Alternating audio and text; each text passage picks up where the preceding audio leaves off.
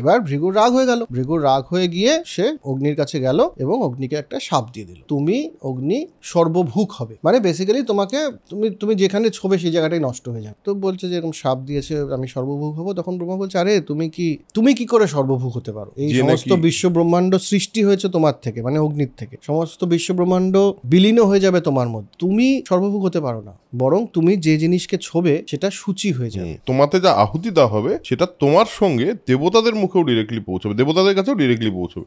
দেবরাজ ইন্দ্র আর কি করবে, কিছু করার তো নেই, দুর্বাসা বলে দিয়েছে হবেই ওটা। তো তাই হলো, দেবরাজ ইন্দ্রের স্বর্গালোক থেকে লক্ষ্মী চলে গেলেন, সমস্ত শক্তি হ্রাস পেল এবং তার ফলে কি হলো, অসুররা এসে স্বর্গালোকে অধিকার করে বসলেন, দেবদের আর শক্তি নেই। তখন দেবরা এলেন এই নারায়ণের কাছে যে এবার লক্ষ্মীকে তো ফিরিয়ে আনতে হবে, নইলে তো আমরা কিছু করে উঠতে পারছি না, কি করব।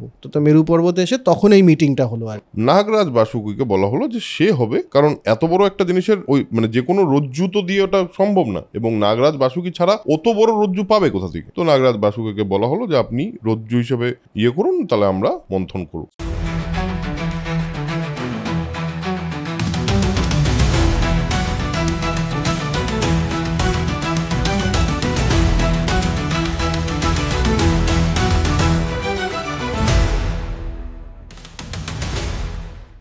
Hello man, welcome to soul connection epic. আমি অরুণাভ খাসনবিশ, আমার সঙ্গে আছে প্রেমাশিস। আপনারা যারা অলরেডি একটা এপিসোড দেখেছেন, দুটো এপিসোড ইনফ্যাক্ট দেখেছেন, তারা জানেন যে আমরা মহাভারত নিয়ে, মহাভারত এমন একটা জিনিস যেটা চিরনবীন বা চিরনতুন বলেই মনে হয়, যেটা সবসময় বারবার বলা হয়ে থাকে। ইনফ্যাক্ট মহাভারতের অনুক্রমণিকা পর্বে এটা বলাই আছে যে এই আখ্যান অনেকবার অনেক এই পৃথিবীতে বলেই চলবে এবং এর কোনো শেষ তৈরি হবে না।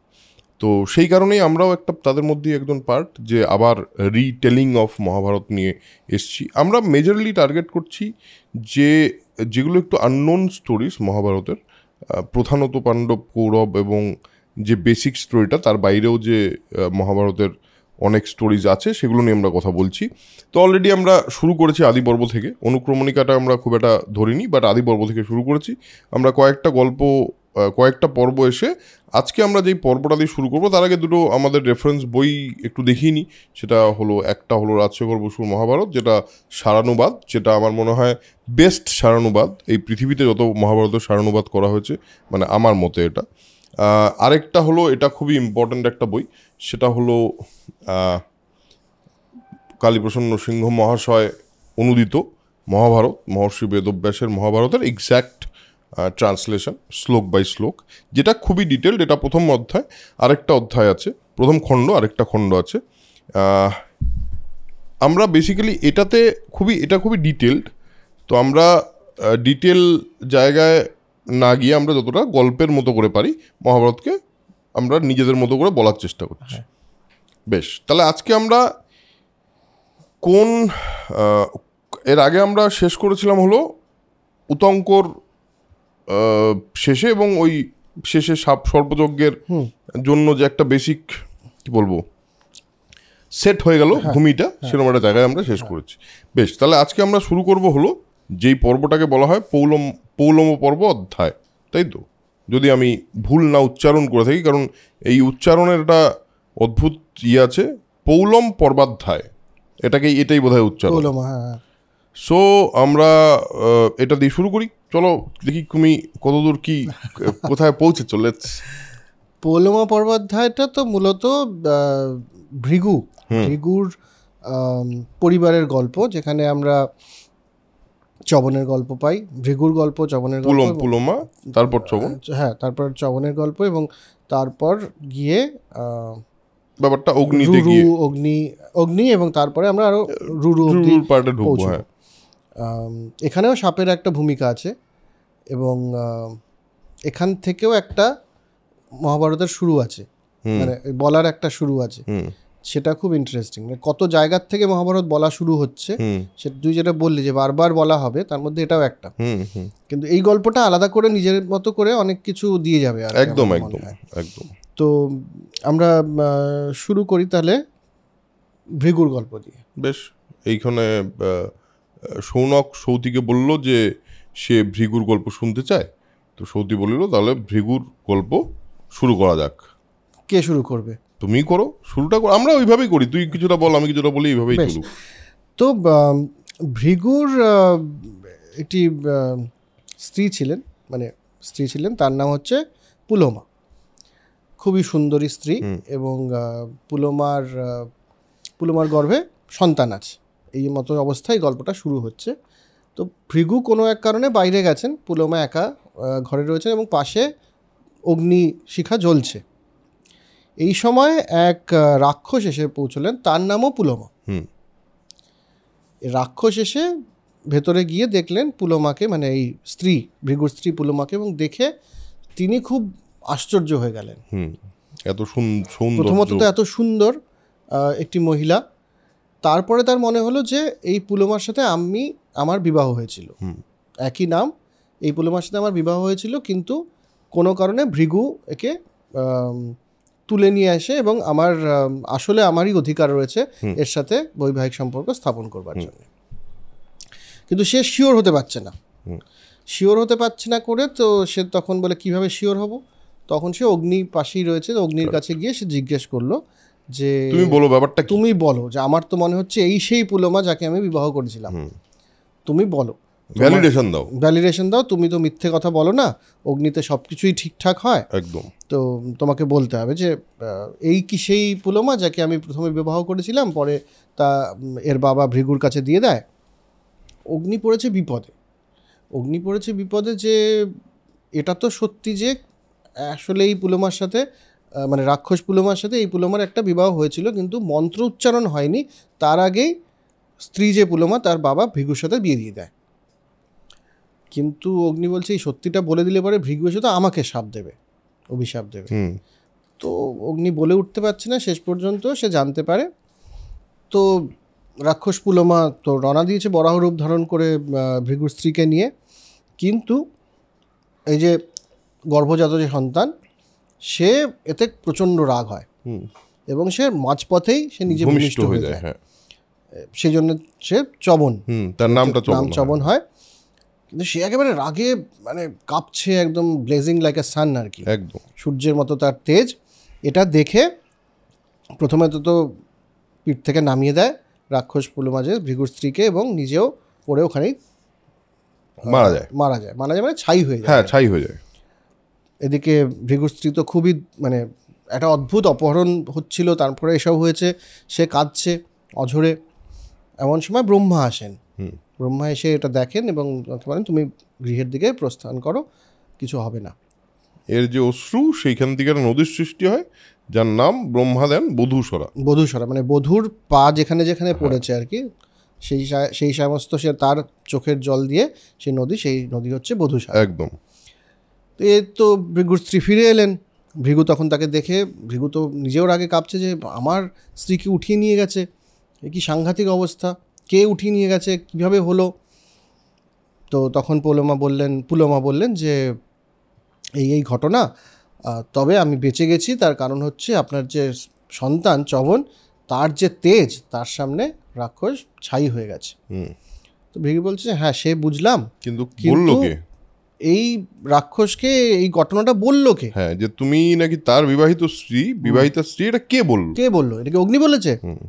তো পুলোমা বললেন হ্যাঁ অগ্নি বলেছে। ব্যাস এবার ভৃগুর রাগ হয়ে গিয়ে সে অগ্নির কাছে গেল এবং অগ্নিকে একটা শাপ দিয়ে দিল যে তুমি অগ্নি সর্বভূক হবে। মানে বেসিক্যালি তুমি যেখানে ছোবে সেই জায়গাটাই নষ্ট হয়ে যাবে, এরকম ধরনের একটা শাপ দিয়ে দিল। তো অগ্নি বললেন যে দেখুন আমি তো ভুল করেছি, আমি কি মিথ্যে কথা বলতাম? আমি সত্যিটাই বলেছি। আমি রাম মন্দির যথেষ্ট সম্মান করি, আপনাকেও সম্মান করি, কিন্তু আমাকে যদি কেউ সত্যির জন্য জিজ্ঞেস করে আমি তো সত্যিটাই বলবো। তবু আমি যেহেতু আপনাকে সম্মান করি, আমি আপনাকে শাপ দিলাম না, কারণ আমাকে তো আপনি যে শাপটা দিচ্ছেন এটা ঠিক নয়। কিন্তু অগ্নির খুব দুঃখ হয়েছে আর কি, দুঃখ হয়ে সে নিজেকে গুটিয়ে নিয়েছে একদম। এবং বিশেষ করে যে যজ্ঞসত্র এবং যজ্ঞাদি এইখান থেকে সে অগ্নি ভ্যানিশ হয়ে গেছে, অগ্নি আর নেই যে আমি কোথায় গেলে পরে কাকে আমি নষ্ট করে দেবো, আমি যেখানে ছোবো সেই জায়গায় নষ্ট হয়ে যাবে, তো আমি এটা থেকে সরে গেলাম। তো এবার দেবাদি এরা পড়েছে সাংঘাতিক সমস্যায়, যে কারণ অগ্নি থ্রুতেই তো তারা সমস্ত ভক্ষণ করেন। একদম। মানে যেহেতু যজ্ঞের থ্রুতেই যায় ব্যাপারটা আর কি। এবং কি অদ্ভুত ব্যাপার, সেটা হলো এখানে একটা মেটাফরিক্যাল ব্যাপার আছে, সেটা হলো ব্রহ্মা যখন বরুণের যজ্ঞ করে সেই যজ্ঞের অগ্নি থেকেই কিন্তু ভৃগুর জন্ম হয়। তো তো দেবরায় এবার ব্রহ্মার কাছে যান। হুম। তো ব্রহ্মা বলেন দেখছি ব্যাপারটা। তো ব্রহ্মা গিয়ে অগ্নিকে বলেন যে কী ব্যাপার, তুমি এরকম মুশড়ে পড়ে আছো, হ্যাঁ, নিজেকে গুটিয়ে নিয়েছো কেন? তো বলছে যে এরকম শাপ দিয়েছে আমি সর্বভূক হবো। তখন ব্রহ্মা বলছে আরে তুমি কি করে সর্বভূক হতে পারো? এই সমস্ত বিশ্ব ব্রহ্মাণ্ড সৃষ্টি হয়েছে তোমার থেকে, মানে অগ্নির থেকে। সমস্ত বিশ্ব ব্রহ্মাণ্ড বিলীন হয়ে যাবে তোমার মধ্যে, তুমি সর্বভূক হতে পারো না। বরং তুমি যে জিনিসকে ছোবে সেটা সূচি হয়ে যাবে। এবং তোমার মধ্যে বা তোমাতে যা আহুতি দেওয়া হবে সেটা তোমার সঙ্গে দেবতাদের মুখেও ডিরেক্টলি পৌঁছবে, দেবতাদের কাছেও ডিরেক্টলি পৌঁছবে। যেই কারণে সবসময় অগ্নিতে আহুতি দেওয়া হয়, মানে ঘি থেকে সব কিছুই আহুতি যে দেওয়ার সিস্টেমটা এখান থেকে শুরু হয়েছে। সেই থেকে আবার অগ্নি ফিরে এলেন। এই হচ্ছে গল্পটা, এই হচ্ছে বেসিক্যালি চবনের পুলোমা এবং চবনের গল্প। আমার মনে এখানে ইন্টারেস্টিং পার্ট হচ্ছে যে ফায়ার বা আগুনের ভ্যালু যেটা, সেটা কিন্তু খুব সুন্দর করে এখানে বোঝানো হয়েছে একদম। এবং ফায়ার সেই সময়, মানে ফায়ার যদি আমরা আমাদের হিউম্যান হিস্ট্রিতেও দেখি, তাহলে আগুন আবিষ্কারের একটা খুব মানে খুবই একটা প্রাইডের ব্যাপার যে আগুন মানুষ আবিষ্কার করেছে। এবং সেক্ষেত্রে আগুনের গুরুত্বটা যেটার মধ্যে অত সুন্দরভাবে মেটাফরিক্যালি দেওয়া আছে, সেটা কিন্তু বেশ ইন্টারেস্টিং। শুধু তাই নয়, আমার মনে হয় যে এই যে 2-3টে জিনিস, যে আগুন থেকে সমস্ত বিশ্বব্রহ্মাণ্ড সৃষ্টি এবং আগুনেই বিলীন হয়ে যাবে, এটা কিন্তু একটা খুব মানে একটা ফিলোসফিক্যাল কনসেপ্ট, তবে এটা কিন্তু সায়েন্টিফিক কনসেপ্ট। রাইট, একদমই তাই। কারণ বিগ ব্যাং বা যে কোনো কিছুই, যদি বিগ ব্যাংকে আমরা, এখন তো বিগ ব্যাং সর্বজন স্বীকৃতই সেই অর্থে, তো নাথিং থেকে এনিথিং যদি তৈরি হতে হয় তাহলে একটা স্ফুলিঙ্গর খুব দরকার হয়। সেই স্ফুলিঙ্গটা ইজ অগ্নি। হ্যাঁ, আর আগুন মিথ্যে কথা বলে না, এটার একটা যে মেটাফরিক্যাল মানে আছে সেটা। এবং আগুনে সবকিছু সূচি হয়ে যায়। This is again very interesting. যে কোনো জিনিসকে আমরা যদি মানে স্টেরিলাইজ করতে হয় তাহলে পরে কিন্তু আগুনেই দিতে হবে, একদম ওই টেম্পারেচারে ওটা ঠিক হয়ে যাবে। তো আমার মনে হয় এগুলোর একটা ফিলোসফিক্যাল বেসিস এখানে ছিল। একদমই তাই। তো এটা তো গল্প গেল চবনের এবং আগুনের এই কনসেপ্টের। এরপরে এই চবনের চবন এবং তার সুকন্যা, তার ছেলে হচ্ছে প্রমতি এবং প্রমতির সন্তান রুরু। একদম, প্রমতি এবং ঘৃতাচির সন্তান। রাইট, এটা হলো এর পরের রুরু, প্রমোদ বরা এবং ডুন্ডু, এই তিনজনের একটা গল্প আছে, সেটাতে আমরা এখন ঢুকবো। এখানে আমি একটা জিনিস বলে আমি তোকে ব্যাটনটা পাস করছি। একটা হচ্ছে যে যদি মহাভারত আপনারা দেখেন, তখন এই যে প্রমতি সুকন্যা পুত্র, তারপরে রুরু হচ্ছে ঘৃতাচির পুত্র, এইভাবে কিন্তু বলা হচ্ছে। অর্থাৎ প্যাট্রিলিনিয়াল তো ছিল, কিন্তু একজন মানুষের যখনই ডিসক্রাইব করা হচ্ছে তাকে কিন্তু তার মায়ের সন্তান হিসেবেই ডিসক্রাইব করা হচ্ছে। শুধু তাই নয়, মায়ের সন্তান হিসেবে তো ডিসক্রাইব করাই হচ্ছে। সবসময় কুন্তিপুত্র বলা হতো, কৌন্তেয় এই শব্দটা বারবার এসছে। আরেকটা জিনিস আছে, সেটা হলো যখনই নাম নেওয়া হয় সেই সময় সীতারাম বা সিয়ারাম, ঠিক আছে, শ্রীকৃষ্ণর সঙ্গে যখন কোনো ইয়ের নাম নেওয়া হয়, বা তো দ্রৌপদী অর্জুন বা দ্রৌপদী পাণ্ডব, দ্রৌপদীর নামটা আগে আসে, রাধাকৃষ্ণ সবসময় নামগুলোও আগে আসে। তো সুতরাং সেই সময় এইটা তো একদম 100% ছিল যে সেই সময় মায়ের পুত্র হিসাবে সেটাকে বলার মধ্যে একটা প্রাইড ছিল।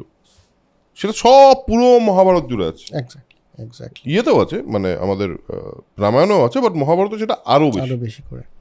তো এবার এই রুরু জন্মগ্রহণ করলেন, রুরুর গল্পটা বেশ। তো রুরু তো এই এদের সন্তান, প্রমতির সন্তান। এদিকে এখানে একটা সাইড স্টোরি, সেটা হচ্ছে যে স্থূলকেশ বলে এক সাধু ছিলেন। আচ্ছা, তারও আগে মেনকা যে অপ্সরা, মেনকা এবং বিশ্ব বসু, যে এক গান্ধার, কিং অফ গান্ধার, গন্ধর্ব রাজা বিশ্ব বসু এবং মেনকার একটি সন্তান হয়। হ্যাঁ, গন্ধর্ব ব্যাপারটা একটুখানি বলে দিই। গন্ধর্ব মানে সেই সময় 3 রকমের এক্সিস্টেন্স বা এন্টিটিকে ভ্যালিডেট করা হয়েছে বারবার। একটা হলো হিউম্যান, একটা হলো মানুষ, একটা হলো দেব ভগবান নয় কিন্তু দেব বা দেবতা যাদেরকে বলা হয়, আরেকটা হলো গন্ধর্ব যারা এদের মাঝখানে। আচ্ছা, they are like they have powers but they are not, ওরা দেবতা নয়, ওরা গন্ধর্বই। তো এইটা হলো এই মানে গন্ধর্বর একটা জাস্ট রেফারেন্স দেওয়ার জন্য বললাম, অনেকেই হয়তো জানেন। তো মেনকা এবং গন্ধর্বরাজ বিশ্ব বসুর একটি সন্তান হয়। একদম। সেই সন্তানকে স্ত্রী মানে মেয়ে সন্তান, কন্যা সন্তান, সেই কন্যা সন্তানকে এরা স্থূলকেশ বলে যে ঋষি তার আশ্রমের সামনে রেখে যায়। একদম। এবং স্থূলকেশ তাকে দেখে এবং খুবই সুন্দর, খুব ভালো লাগে, তো তাকে নিজের মেয়ের মতো করে সে বড় করে তোলে এবং তার নাম দেয় প্রমোদরা। প্রমোদরা নাম দেয়। তো প্রমোদরা খুবই সুন্দরী হয়ে উঠছে, বেড়ে উঠছে, হাসছে খেলছে। তো রুরুর সাথে দেখা হয় এবং রুরু প্রেমে পড়ে যায় প্রমোদরা। তখন প্রমতিকে বলে গিয়ে, এবং মানে ওর বাবাকে গিয়ে বলে আর কি। তো প্রমতি গিয়ে ঋষি স্থূলকেশকে বলেন যে আপনার এই কন্যার সাথে কি রুরুর বিয়ে দেওয়া যায়? তো অবভিয়াসলি দুজনের যখন একটা প্রেম ভালোবাসা সম্পর্ক হয়েছে, তো বিয়ে হবে এরকম একটা অবস্থায় ওরা যায়। এমতো অবস্থায় প্রমোদরা একদিন খেলছিলেন, একদম সখীদের সঙ্গে খেলছিল, সখীদের সাথে সে খেলছিল। এমন সময় ভুল করে একটা সাপের গায়ে তার পা পড়ে যায়, এবং সাপের গায়ে পা পড়লে যেটা হয়, সাপটাকে দংশন করে এবং প্রমোদরা মারা যায়। একদম নীল হয়ে যায় একদম। তো সবাই এসে দেখে একেবারে নীল পদ্মের মতো, মানে এত সুন্দর ফুটফুটে একটা মেয়ে, সে নীল পদ্মের মতো হয়ে গেছে। সবাই খুব দুঃখ পায়, তবে সবচেয়ে বেশি দুঃখ পায় রুরু, কারণ তাদের ভালোবাসার মানুষ মারা গেছে। রুরু বিলাপ করতে থাকে, হ্যাঁ, জঙ্গলে চলে যায়, বিলাপ করতে থাকে এবং বলে যে কিছু করে কি প্রমোদরাকে বাঁচিয়ে তোলা যায়। তো ওপর থেকে ভগবান এরা বলেন যে দেখো, যা মারা গেলে পরে মারাই যায় মানুষ। একজন দূত পাঠালেন, তারপর সেই বলল যে এই কন্যার আয়ু শেষ হচ্ছে এবং এই তুমি বৃথা এইসব তো করে লাভ নেই, মারা গেলে তো এটা তো বাঁচিয়ে তোলা যায় না, এটা তো জগতের নিয়ম যে হ্যাঁ, আয়ু শেষ হয়ে গেলে পরে তার মরে যেতে হবে। একদম। তো রুরু তখন বলছে আয়ুটাই যদি মানে কনসার্ন হয়, তাহলে একটা কাজ করুন, আমার আয়ুর অর্ধেক যা বাকি আছে সেটা প্রমোদরাকে দিয়ে দাও, তাও তাকে বাঁচিয়ে তোলো। এটা এবার তারপর ধর্মরাজের কাছে যায়। ধর্মরাজ মানে জমের কাছে যায় যে এরকম একটা অ্যাকাউন্টিং এর ব্যাপার হচ্ছে, যে ওর অর্ধেক আয়ু রুরু দিয়ে দিতে রাজি আছে, তাহলে কি প্রমোদরাকে বাঁচিয়ে তোলা যায়? মানে এটার কি কোনো ইয়ে আছে, মানে এরকম কোনো গ্যাপ আছে কিনা, প্রসেস আছে কিনা জানার জন্য। হ্যাঁ। তো আচ্ছা, আমরা এমনি বলছি, আমরা কিন্তু মজা করছি না, প্রচন্ড ভালোভাবে বাসি বলেই গল্পটাকে নিজের মতো করে বলছি। গল্পটাকে গল্প হিসাবে বলার জন্য বলছি। এর মধ্যে কোনো রকম প্লিজ অন্যভাবে নেবেন না। আমরা খুব নর্মালি একটা গল্পের মতো করে বলার চেষ্টা করছি। আজকের দিনে দাঁড়িয়ে যদি সত্যি ঘটনাটা ঘটতো, তাহলে সত্যি তো একজন গিয়ে বলতো, স্যার একটা প্রসেস কি আছে যে এই নিয়ে চাইছেন এই ঘটনাটা ঘটাতে, আমাদের ডিপার্টমেন্টে কি এরকম কোনো প্রসেস আছে? আমরা ঠিক সেইভাবে বলার চেষ্টা করছি, ডোন্ট টেক ইট আদারওয়াইজ। হ্যাঁ, তো সেটা ব্যাপারটা গ্রান্ট হয়ে যায়, হ্যাঁ, এবং বলেন যে হ্যাঁ এটা হতে পারে, হয়ে যায়, এবং প্রমোদরা বেঁচে ওঠে, দুজনের মধ্যে বিয়ে হয়। একদম। এবার দুজনের অর্ধেক আয়ু। কিন্তু রুরুর মনে তো সাপের উপরে একটা রাগ আছে, একদম, যে এই সাপ তো প্রমোদরাকে দংশন করে মেরে ফেলেছিল, এবং আমাদের হাফ আয়ু হয়ে গেছে, দুটো ফুল আয়ু বাঁচতে পারতাম, আমাদের তো একটা পয়েন্ট অবধি বাঁচতে পারবো আমরা একসাথে। তো একদিন জঙ্গলে যাচ্ছে, সেখানে একটা সাপ দুন্দুব সাপকে দেখে মারতে যায় রুরু। ডুন্ডুবকে যেটা বলে দিই, ডুন্ডুব মানে হলো, লেখা আছে ঢোড়া সাপকে ডুন্ডুব বলা হয়, বিষহীন সাপ। হ্যাঁ, বিষহীন সাপ। তো দুন্ডুব তখন তাকে বলে যে আমাকে আপনি মারছেন কেন?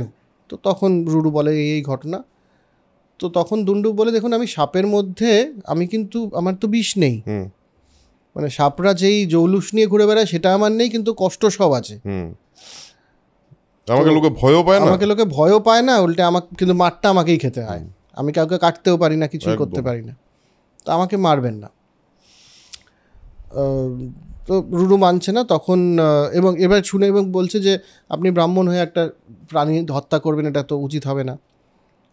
তো এত জ্ঞানগর্ভ কথা শুনে রুরু বলছে আপনি তো ঠিক সাপ বলে আপনাকে মনে হচ্ছে না, একদম আপনার তো একটা অন্য কোনো পরিচয় আছে, কে আপনি? তো তখন দুন্ডুব বলে যে আমি আসলে এক ঋষি, আমার নাম হচ্ছে সহস্রপাত। তো আপনি সাপ হলেন কি করে? বলে আমি খেলছিলাম আমার বন্ধুর সাথে, বন্ধুর নাম খগম। এই খগম বলে একটি গল্প আপনারা শুনেছেন বা পড়েছেন বা দেখেছেন হয়তো, সেটা হলো সত্যজিৎ রায়ের লেখা একটা গল্প খগম, এবং তার মধ্যে কিন্তু একটা সাপে পরিণত হয়ে যাওয়ার গল্প আছে, এবং সেটা খগমের সাপ থেকেই তৈরি হয়েছিল। সেটা ওই রেফারেন্সটা জাস্ট অ্যাড করে দিলাম। তো খগমের সাথে সহস্রপাত খেলছিলেন, তো খগমকে একটু ভয় দেখানো, এই চটুল ভয় দেখানোর জন্য সে একটা পাতাকে অমনি সাপের মতো করে বানিয়ে তার দিকে এমনি পায়ে ছোঁয়ায়, তো সে ভয় পেয়ে একদম অজ্ঞান হয়ে যায়।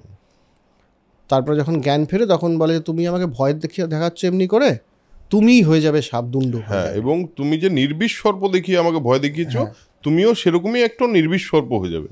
হ্যাঁ, এবং তোমাকে কেউ ভয়টাই পাবে না, তোমাকে কেউ ভয়টাই পাবে না।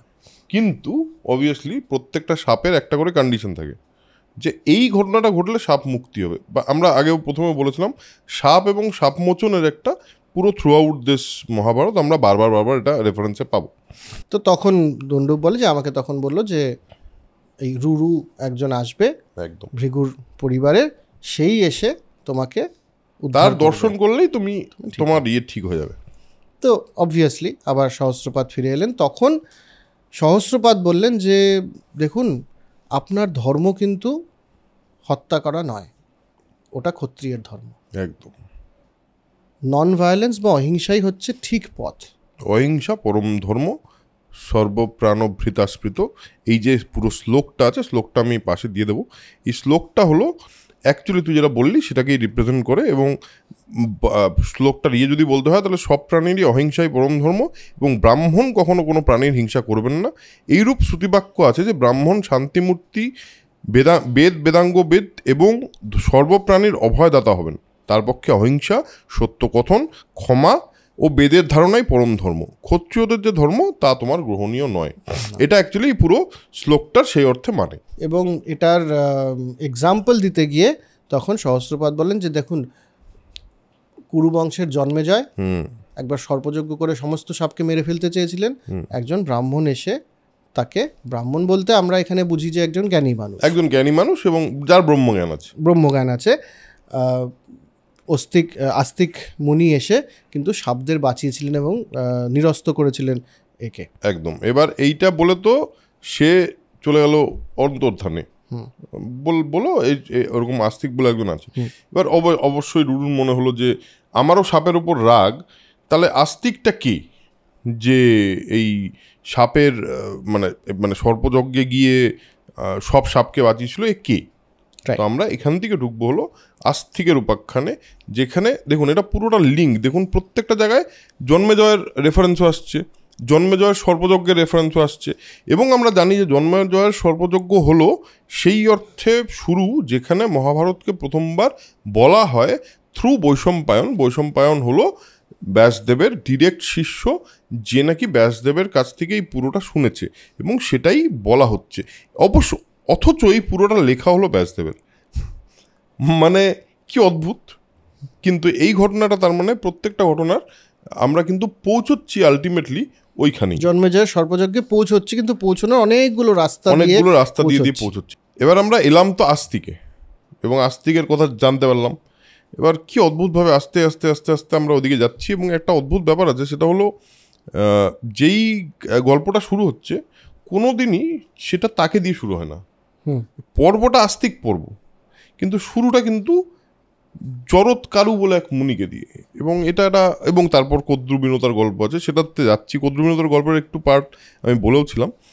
এখানে সৌনক, মানে সৌতি যাকে বলছে আর কি, সৌনক সেভাবে বলো, তাহলে তুমি জন্মেজয়ের সর্পযজ্ঞ আর আস্তিকের কথা বলো। সিম্পল কোয়েশ্চেন, সিম্পল আনসার হতে পারত, সিম্পল আনসার কিন্তু নয়। সৌতি বললেন আস্তিকের বাবা দিয়ে শুরু করি, আস্তিকের বাবার নাম হলো জরৎ কারু। নাম, প্রথম কথা সেই সময়কার নাম তো খুবই কঠিন হতো। সে একদিন যেতে যেতে দেখে মানুষ, কতগুলো মানুষ উল্টো হয়ে কেমন একটা অদ্ভুতভাবে এরা অবস্থান করছে গুহার মধ্যে এবং উল্টো দিকে হয়ে গর্তের উপরে ঝুলছে আর কি। আর এরকম অবস্থা বলতে এরকমভাবে কী করছেন আপনারা? তো ওনারা বলেন যে আমাদের কিছু করার নেই, আমাদের যে পরবর্তী পুরুষ সে সন্তান উৎপাদন করছে না, আমরা নির্বংশ হয়ে যাওয়ার একটা ভয় লাগছে আমাদের, তো আমাদের কিছু করার নেই, আমাদের এইভাবেই থাকতে হবে, আমরা তার পাপের সাজা ভোগ করছি। তো বলে যে এবার আমি কি করব? ও জরৎকারু বলে তার এবার আমি তাহলে কী করতে হবে? বলে জরৎকারু বলে আমার একটা পুত্র আছে। বলে আরে সে তো আমি। বলছে তাহলে তোমাকে বিয়ে করতে হবে, তোমাকে পুত্র বা তোমার বংশবৃদ্ধি করতে হবে। এবার জরৎকারু, আমার ধারণা, বিয়ে করার ইচ্ছা ছিল না, সেই কারণে তিনি একটা অদ্ভুত শর্ত রাখেন যে আমার নামের একজন কন্যা হতে হবে, তাহলে তাকেই আমি বিয়ে করব এবং সে ঠিকঠাক বংশের হতে হবে। এর জরৎকারু বলে তো জানি না কিভাবে সে ফাইনালি পেল। কিন্তু আরেকটাও ব্যাপার আছে, সেটা হলো বলেছে সে আত্মীয়রা অনেকগুলো শর্ত রেখেছে যে আত্মীয়রা যদি স্বেচ্ছায় দান করে তাহলেই আমি দান স্বরূপ সেই কন্যাকে গ্রহণ করবো, নাহলে করবো না। এবার তো জরৎকারু ঘুরে বেড়াচ্ছে বিভিন্ন জায়গায় এবং সে চলছে। বাসুকি নাগের কথা আমরা জানি। দেখুন, আবার সাপ, আবার নাগদের কানেকশন পাচ্ছি, কারণ আমরা পৌঁছচ্ছি কোথায়? জন্মে যাওয়ার সর্পযজ্ঞে। এটা কিন্তু খুব ইম্পর্টেন্ট একটা ফার্স্ট যে অর্থে অ্যাক্ট টুর শুরু আর কি, যেটা আমরা স্ক্রিন প্লের ক্ষেত্রে বলি বা গল্পের ক্ষেত্রে বলি। তো জন্মে যাওয়ার ইয়েতে পৌঁছচ্ছি। বাসুকি বললে তার ভগিনী আর কি, তার বোন, তার নিয়ে সে বলছে যে আপনি একে গ্রহণ করুন। তো বলছে যে এর তো নাম তো একই হতে হবে।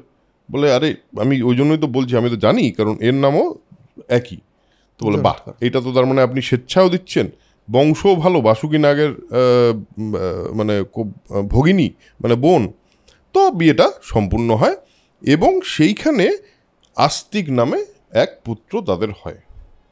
এবার জন্মে যাওয়া এবার কি বললেন? আচ্ছা, সৌনক বলে আচ্ছা সৌতি, তোমার তো খুবই সুন্দর লাগছে আমাদের গল্পটা শুনতে, আপনাদের কতটা ভালো লাগছে না জানি না, বাট সৌনকের দারুণ লেগেছিল, এইটুকু তো বোঝা যাচ্ছে বলাতে।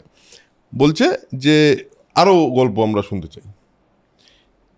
কি গল্প শুনতে চায়? আস্তিকের গল্প। প্রশ্নটা কিন্তু ডিরেক্ট, এবার উত্তরটা সম্পূর্ণ আলাদা। এবার সম্পূর্ণ আলাদা একটা কথা সৌতি বললেন। পুরাকালে দক্ষ প্রজাপতির 2 কন্যা ছিল, কদ্রু আর বিনতা। তাদের হাজব্যান্ড ছিল বা তাদের যে তাদের বর, তার নাম কশ্যপ মুনির কথা আমরা অনেকেই শুনেছি। এই গল্পের কিছুটা পার্ট আমি ফার্স্ট এপিসোডেও বলেছিলাম। তো এবার কদ্রু বিনতা খুবই সেবা টেবা করেছে স্বামীর। তো স্বামী বলেছে এবার আমি খুব খুশি এবং আমি তোমাদের একটা বর দিতে চাই, তোমরা বলো যে তোমরা কি চাও। তো কদ্রু বিনতা দুজনে ভেবেচিন্তে বলে যে তখন সন্তান বা তেজস্বী সন্তানের একটা চাহিদা কিন্তু খুব ছিল, বা সেই দাবিটা অনেকেই রাখতেন বিভিন্ন সময়। তো এখানে ওনারা কি করেন? কদ্রু বলেন যে আমার দরকার হলো সহস্র নাগ। তো কদ্রুকে এই বরটা দিলেন কাশ্যপ যে হ্যাঁ ঠিক আছে, তুমি যা চাও সেটা ঘটবে।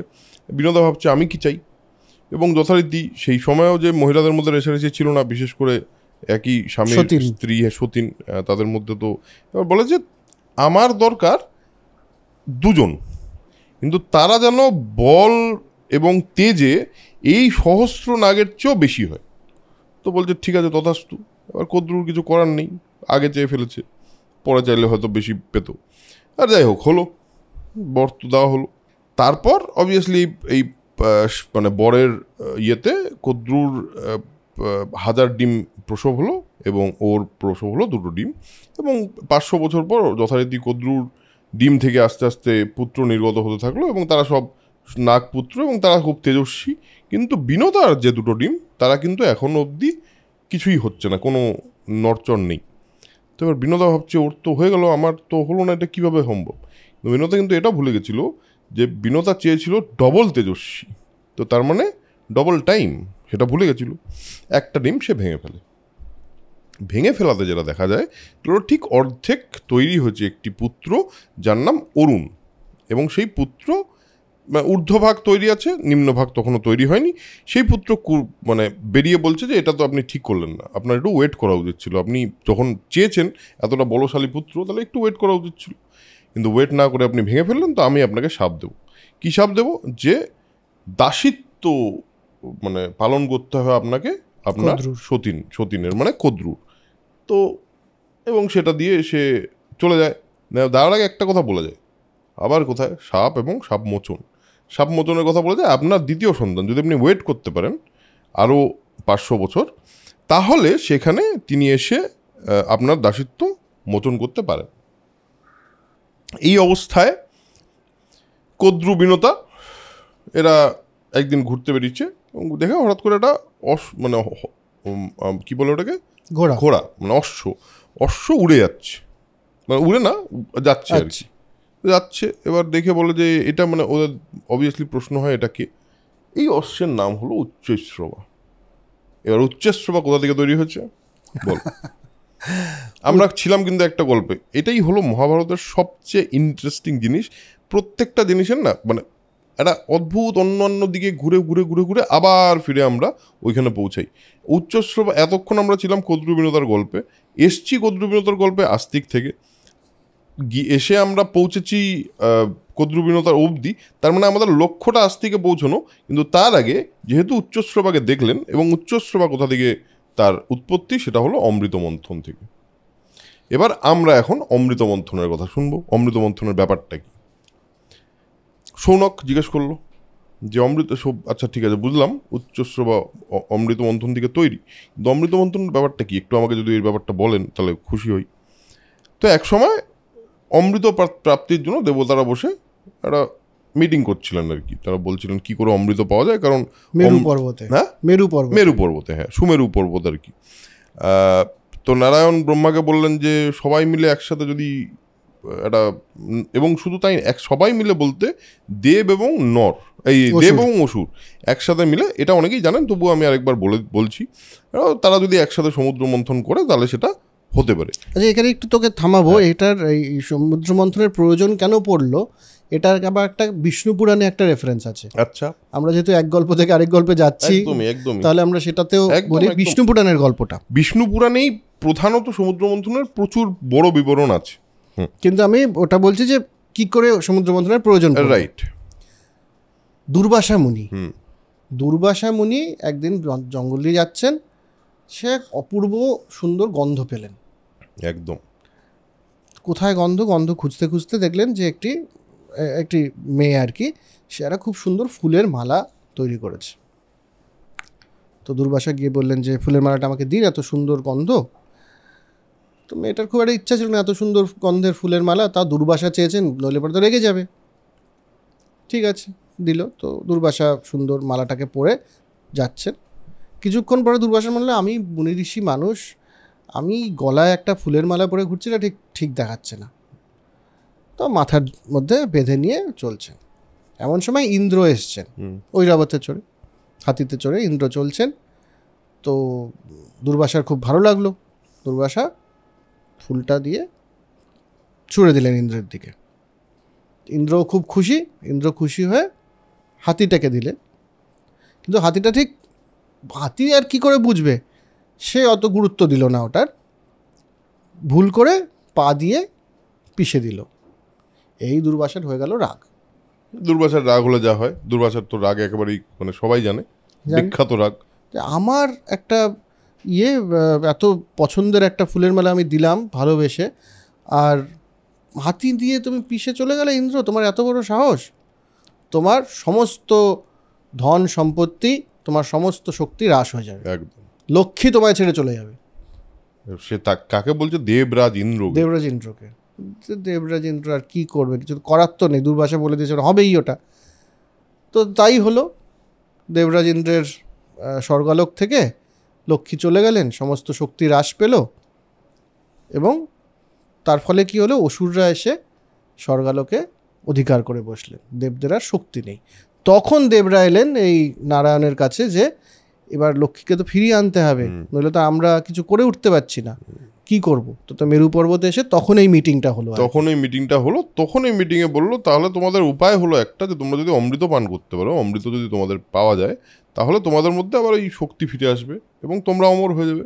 এবং নট অনলি অমর হয়ে যাবে, এটা একটা পোষণের মতো, যে পোষণটা তোমাদের মধ্যে আসলে তোমাদের শক্তি বৃদ্ধি হবে এবং তোমরা ওষুধদের হারিয়ে দিতে পারবে আরামসে। কিন্তু যদি সমুদ্র মন্থন করতে হয়, ব্যাপারটা তো অনেক বড় ব্যাপার, এবং সেটা করতে গেলে কিন্তু তোমরা একা করে উঠতে পারবে না, তোমাদের অসুরেরও সাহায্য লাগবে। তো দেবতাদের তরফ থেকে ওষুধদের গিয়ে বলা হয় যে এরকম একটা প্রপোজাল আছে, তো তোমরা কি এটাতে ইন্টারেস্টেড? তখন বলে যে আমরা কেন, আমরা তো স্বর্গে আছি, বিন্দাস, ভালোই আছি। কিন্তু তখন ওরা বলে অমৃত পাওয়া যাবে। তো বলে হ্যাঁ, সেটা যদি পাওয়া যায় তাহলে তো একটা আমাদেরও শক্তি বাড়বে। এবং দেবতাদের মাথায় কিন্তু প্রথম থেকেই ছিল যে এটা বেরোতে তো দাও অমৃতটা আসুক, তারপর আমরা দেখছি। কারণ অসুরদের তো ওই ক্ষমতা দিয়ে দিলে মুশকিল হয়ে যাবে, মানে ওটা শুধু দেবতাদের জন্য না, সারা পৃথিবীর জন্যই মুশকিল হয়ে যাবে। হ্যাঁ, তো সেক্ষেত্রে ওরা বললো যে তাহলে কিভাবে সমুদ্র মন্থন করতে হবে। তো তখন বললো যে তোমরা মন্দার পর্বতে গেছে যাও। মানে সমুদ্র মন্থন বলতে বেসিক্যালি যেভাবে বাটার বা বের করা হয় আর রাইট, যেভাবে বের করা হয়, একটা দিয়ে তো এমনি চার্ন করতে হবে একদম। তো সেই চার্নের জন্য মাঝখানে যে দণ্ডটা বলে সমুদ্র, তাহলে তো আসলে মানে পাহাড় দিয়ে করতে হবে। এটা হচ্ছে মন্দার পর্বত। একদম মন্দার পর্বত। এবং সমুদ্রকে গিয়ে তারপর বলা হলো, মন্দার পর্বত রাজি হলো, তারপর সমুদ্রকে গিয়ে বলা হলো যে আপনাকে আপনারা মন্থন করবো, তো তাহলে অমৃত বেরোবে। তো বলছে যে এটা আমার খুবই কষ্টের ব্যাপার হবে একটা আমার জন্য, মানে এত তোমরা অনেক দিন ধরে করবে এটা, তাহলে আমারও অমৃতের অংশ লাগবে, তাহলে আমি রাজি আছি। তো রাজি হলো, সব ঠিক আছে। এবার আমাদের খুবই ইম্পর্ট্যান্ট একটা ব্যাপার আছে, সেটা হলো যে কোনো জিনিসকে করতে গেলে, মানে এরকমভাবে যদি তাকে মন্থন করতে হয় তাহলে একটা বেস লাগে। তো সেই সময় কুর্মরাজ, মানে কচ্ছপদের যে, মানে দ্য বিগার জায়েন্ট কচ্ছপ আর কি, কুর্মরাজ, তাকে গিয়ে বলা হলো মন্দার পর্বতকে আপনি পৃষ্ঠে ধারণ করুন, তাহলে আমরা করব। এবং বজ্র দিয়ে নিম্নদেশটা সমান করে দিল আমাদের ইন্দ্র, এবং ওটা ব্যাপারটা খুব প্রপারলি সেট হয়ে গেল। এবং সমুদ্র মন্থন বাসুকি, নাগরাজ বাসুকি, একটু আগে আমরা যার কথা শুনেছি, নাগরাজ বাসুকিকে বলা হলো যে সে হবে, কারণ এত বড় একটা জিনিসের মানে যে কোনো রজ্জু তো দিয়ে ওটা সম্ভব না, এবং নাগরাজ বাসুকি ছাড়া অত বড় রজ্জু পাবে কোথা থেকে। তো নাগরাজ বাসুকিকে বলা হলো যে আপনি রজ্জু হিসেবে করুন, তাহলে আমরা মন্থন করব। এই হলো বেসিক্যালি শুরুর ব্যাপারটা। এবং এখান থেকে প্রচুর, মানে সমুদ্র থেকে মেঘগর্জনের ন্যায় শব্দ উঠিল, এবং যা হয় মানে মানে কিছু একটা ঘটছে আর কি পৃথিবীতে, সেই ঘটনাটা একটা তৈরি হয়, এবং বিভিন্ন জিনিস আস্তে আস্তে উৎপন্ন হতে থাকে অমৃত মন্থন থেকে। এবং এই মাঝখান থেকে যেটা সবচেয়ে আগে তৈরি হয়, সেটা উঠে আসেন হলো লক্ষ্মী। কারণ এই যে তুই গল্পটা বললি, সেই গল্পটার আবার এখান থেকে ঘৃত এবং লক্ষ্মী, ঘিয়ের কথা কিন্তু বারবার আমরা পুরো থ্রু আউট দিস পাই, ঘৃত এবং লক্ষ্মী, তারপর সুরা দেবী, এবং তারপর আসেন শ্বেতবর্ণ উচ্চশ্রবা। এই আমরা বুঝলাম কদ্রুবিনতার আনসার, উচ্চশ্রবা এলো কোত্থেকে, উচ্চশ্রবা এলো কোথা থেকে। এবার যথারীতি এরপরে লক্ষ্মীকে দেখে দানবরা, এরপরের গল্পটা ছোট করে বলে দিই, সেটা হলো লক্ষ্মীকে দেখে দানবরা খুবই হয়ে যায়, মানে খুবই তাকে দেখে মোহিত হয়ে যায়, এবং লক্ষ্মীকে লাভ করার জন্য দানবরা কলহ লাগিয়ে দেয়, এবং যে অমৃত কিন্তু তখনও বেরোয়নি। হ্যাঁ, তো সেই সময় নারায়ণ মোহিনী রূপে এসে দেবতাদের এই অসুরদের বশ করে ফেলে, এবং ফাইনালি ওদেরকে কনভিন্স করে ফেলে যে তোমরা এইসব বলো না। তো এটা ফাইনালি তারপর অমৃত উঠে আসে, এবং অমৃত উঠে আসে ধন্বন্তরীর হাতে। হ্যাঁ, ধন্বন্তরীর হাতে। এবং ধন্বন্তরী, যার কথা আমরা শুনতে পাই, ধন্বন্তরী মানে চিকিৎসা শাস্ত্রে ধন্বন্তরীর কথা বলা হয়। একজন অরিজিনাল ধন্বন্তরী আছে বলেও বলা হয়। আমাদের কি চিকিৎসা শাস্ত্রের যে বইটা, কি বইটার নাম, চরক সংহিতা। হ্যাঁ, তো বলা হয় ধন্বন্তরী নাকি আমাদের চিকিৎসা শাস্ত্রের প্রধান দেবতা। হ্যাঁ। ও তারপরে রাহু কেতুর গল্পটা আপনারা জানেন। হঠাৎ করে রাহু কেতু দুজনে দেবতা হয়ে চলে আসে, এবং তারা খাওয়ার সঙ্গে সঙ্গে নারায়ণ সেটা বুঝে যান, গলা কেটে ফেলেন, এবং রাহু সেখান থেকে, এবং চন্দ্র এই কথাটা বলে দেন যে ওরা কিন্তু আসলে মানে না, আসলে কিন্তু দেবতা না, ওরা অসুর হয়ে দেবতা হয়েছে। এটা অমৃত মন্থনের গল্পটা বেসিক ছোট করে যদি বলার হয় বললাম। এবার ফাইনালি আবার ফিরে আসি, কোথায় ছিলাম আমরা, কোথা থেকে গেলাম, সেটা হলো উচ্চশ্রবা থেকে। তো উচ্চশ্রবাকে দেখে দুজনের মধ্যে একটা তর্ক হলো, যে কদ্রু বলল যে এই অশ্বের রং কি। দুজনের মধ্যে কথা হচ্ছে, বলছে যে রং তো সাদা, কারণ আমরা জানি যে অমৃত মন্থন থেকে উচ্চশ্রবা যে উৎপন্ন হয়েছে, একদম শ্বেত বর্ণ অশ্ব সে উচ্চশ্রবা। এবং বলে আমাদের কদ্রু বলে যে না, পুরোটা সাদা নয়, এই পুরো ব্যাপারটার মধ্যে ওর লেজটা হলো কালো। এরা বলে ঠিক আছে, তুমি যদি তাই হয় তাহলে চলো বাজি লাগানো যাক। তো বলে ঠিক আছে, যদি বাজি যে জিতবে সে উল্টো আরেকজন সে দাসী হবে অন্যজনের। অলরেডি কিন্তু এটা দাসী হওয়ার অভিশাপ আছে, আবার একটা মানে যাতে এই ব্যাপারটা ঘুরতে পারে আর কি, সেজন্য এটা বলা হয়। আর কদ্রু তার সর্বপুত্রদের ডেকে বললেন যে যেটা করা যায় সেটা হলো, তোমরা একটা কাজ করো, তোমরা গিয়ে উচ্চশ্রবার লেজে নিজেদের কালো রংটা দিয়ে লেজটাকে কালো করে দাও, যাতে দেখে মনে হয় যে সেটা কালো। ওর যথারীতি পরদিন সকালে কদ্রু বিনোদা গেল, গিয়ে দেখা গেল যে লেজ তো কালো, কারণ লেজ তো অলরেডি কভার করে রেখেছে ওর নাগপুত্ররা। তো এই সময় বিনোদা বলল ঠিক আছে, তাহলে আমার তো কিছু করার নেই, শর্ত হেরে গেলাম, তাহলে আমি তোমার দাসিত্ব পেলাম। এই সময় অ্যাকচুয়ালি 500 বছর আরও হয়ে গেছে, এবং ডিম থেকে যে বেরোয়, ওই যে একটা ডিম ছিল, যে ডিমটা বিনোদার ডিম, সেই ডিমটা থেকে বেরোয় হলো গরুর বলে একজন, যে নাকি বল, তেজ এবং মানে বিরাট একটা ব্যাপার তার, সে বেরিয়ে আসে। এবার যথারীতি গরুরের জন্ম হলো। কিন্তু গরুরের জন্ম হওয়ার আগে আরেকটা জিনিস বলে দেওয়া খুব দরকার, যেটা আমাদের আবার লিঙ্ক করবে টু জন্মেজয়ের সর্বযজ্ঞ। সেটা হলো এই যে সাপেদের যখন কদ্রু বলে যে তোমরা গিয়ে লেজটা জড়িয়ে রেখে ওটাকে কালো করে দাও, তো এটা একটা আনএথিক্যাল কাজ বলে তার ছেলেরা বলে না, এটা আমরা করতে পারবো না। এইটাতে রেগে গিয়ে ওরা বলে যে তোমাদের সবার মৃত্যু হবে, তোমাদের অভিশাপ দিলাম আমি, তোমরা জন্মেজয়ের সর্বযজ্ঞে গিয়ে নিজেদের বলি দেবে, মানে তোমরা নিজে আগুনে পুড়ে মরবে। মানে এটা মায়েরই অভিশাপ। কামিং ব্যাক টু আবার জন্মেজয়ের সর্বযজ্ঞ। ফাইনালি গরুরের জন্ম হলো। সেই গরুরের জন্ম হওয়ার পর আমরা বাকিটা পরের এপিসোডে গরুরের জন্ম থেকে, এটা একটা ইন্টারেস্টিং গল্প। গরুরের গল্প আমরা শুনেছি অনেকেই, গরুরের ব্যাপারে শুনেছি অনেকেই। তা আজকের অবধি আমার মনে হয় বেশ অনেকটা গল্পের মতো এটা অন্যই পৃথিবী, এবং সেটাকে যতটা সম্ভব আপনাদের বোঝার মতো করে বলার চেষ্টা করলাম, আপনাদের যতটা ইজি সম্ভব আমাদের মতো ভাষা বলার চেষ্টা করলাম। এবং যেটা বারবার বললাম যে আমরা কিন্তু কোনো ধর্মের জায়গা থেকে মহাভারতকে দেখছি না। আমার মনে হয় জেনারেলিও ধর্মের জায়গা থেকে মহাভারতকে দেখা উচিত না। মহাভারত একটা অনবদ্য সৃষ্টি, যেই সৃষ্টিটার মধ্যে প্রচুর কিছু আছে, যেটা আমরা আগেও বলেছি, আগের এপিসোডেও বলেছি। সো আজকের এপিসোডে এই অবধি শেষ করছি। পরের এপিসোডটা শুরু করব, যতটুকু গল্প বললাম সেটার থেকে আমরা কি মেটাফরিক্যালি কি জিনিস শিখতে পারি, এটা দিয়ে শুরু করবো পরের এপিসোডটা। তো আজকের এপিসোড এখানেই শেষ করছি, দেখা হচ্ছে পরের এপিসোডে। ততক্ষণের জন্য spread positivity and spread knowledge, because knowledge is power and positivity is everything. Tata.